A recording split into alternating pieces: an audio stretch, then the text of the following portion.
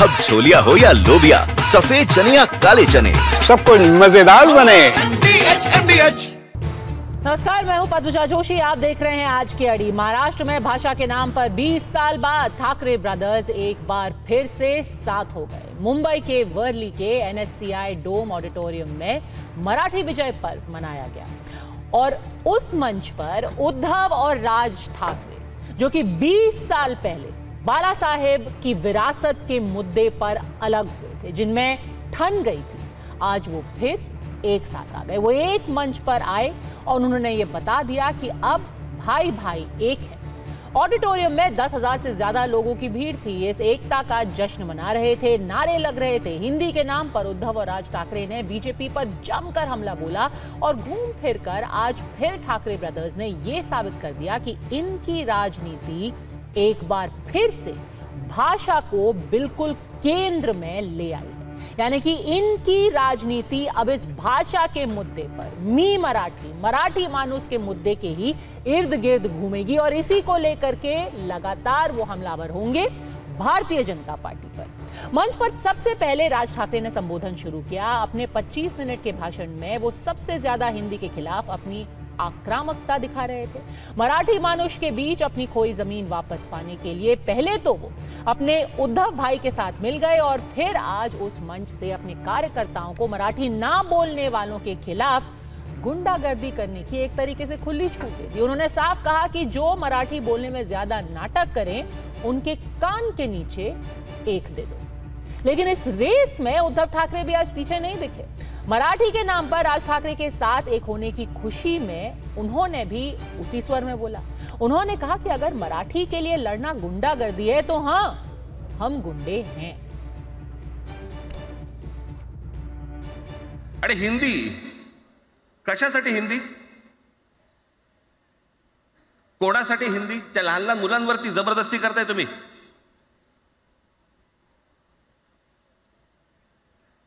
कोणाला विचारायचं नाही, शिक्षण तज्ञांना काही विचारायचं नाही, कोणाला काही विचारायचं नाही। बस आमची सत्ता आहे, आमच्याकडे बहुमत आहे, आम्ही लादणार।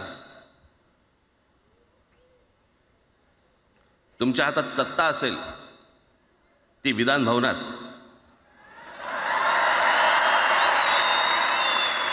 आमच्याकडे सत्ता आहे रस्त्यावर। आज मला कल्पना आहे की अनेक बुवा महाराज हे बिझी आहेत। कोण लिंब कापतंय, कोण टाचण्या मारतंय, कोण गावी जाऊन अंगारे दुपारे करत असेल, पेढे कापत असतील। त्या सगळ्यांना सांगतो, या सगळ्या भोंदूपणा विरुद्ध माझ्या आजोबांनी लढा दिला होता आणि त्यांचे आम्ही वारसदार म्हणून तुमच्या समोर उभे ठाकलो आहोत।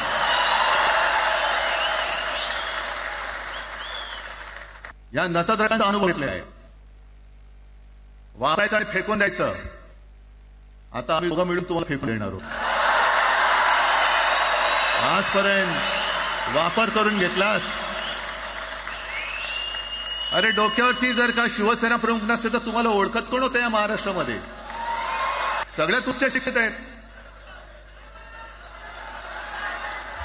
जे काय यांची मध्यंतरी मी बोललो ना, भाजप ही अफवांची फॅक्टरी आहे। विनाकारण उठसूट काय मारामारी करायची गरज नाही आणि मारायची गरज नाही। पण जर जास्ती नाटकं केली तर कानाखाली आवाज काढलाच पाहिजे तुम्ही। पण चूक त्यांची असली पाहिजे। आणि एका गोष्टीचं लक्षात ठेवा, अशी कधी गोष्ट कराल त्याचे व्हिडिओ काढू नका। जर महाराष्ट्रामध्ये मराठी माणूस न्याय मागण्यासाठी आंदोलन करत असेल आणि त्याला जर का तुम्ही गुंड म्हणत असाल तर आम्ही गुंड आहोत। आम्ही गुंड। न्याय मागणं म्हणजे गुंडगिरी नाहीये। आणि जर का गुंडगिरी केल्याशिवाय तुमच्या दरबारी न्याय मिळत नसेल तर आम्ही गुंडगिरी करूच।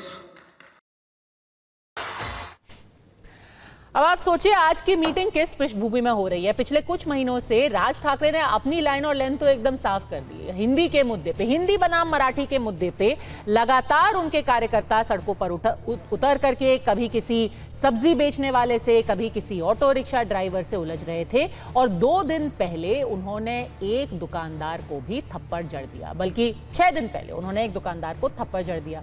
उसको लेकर के उनको चेतावनी भी दी है मुख्यमंत्री ने कि गुंडागर्दी इस राज्य में सहन नहीं की जाएगी। इस चेतावनी से समझने के परे आज एमएनएस के कार्यकर्ता एक व्यापारी सुशील केडिया से उलझ गए। सुशील केडिया ने सोशल मीडिया पर लिख दिया था कि हम जबरन मराठी नहीं सीखेंगे। फिर क्या था, उनके ऑफिस पर आज एमएनएस के गुंडे पहुंच गए, पत्थरबाजी, तोड़फोड़ की। दबाव में आखिरकार केडिया को माफी मांगनी पड़ी। तब मनसे के कार्यकर्ता वापस लौटे। तो एक तरफ ये रैली हो रही थी, दूसरी तरफ मनसे की गुंडागर्दी जारी थी। कुल मिलाकर यह बात बिल्कुल साफ हो गई है कि बीएमसी का चुनाव करीब है और इसी मुद्दे को लेकर के अब उद्धव ठाकरे और राज ठाकरे को लग रहा है कि वो अपनी खोई जमीन वापस पा लेंगे। तो इसीलिए अड़ी में आज के सवाल हैं बिल्कुल सीधे। भाई प्लस भाई, क्या जीत के लिए अब भाषा पर लड़ाई? और महाराष्ट्र में क्या रहना है तो मराठी बोलनी ही पड़ेगी। और अगर मराठी नहीं बोलेंगे तो क्या गुंडागर्दी को अब फ्री रन यानी कि खुली छूट इन 2 पार्टियों की तरफ से मिल गई है। अब छोलिया हो या लोबिया, सफेद चने या काले चने, सब कुछ मजेदार बने।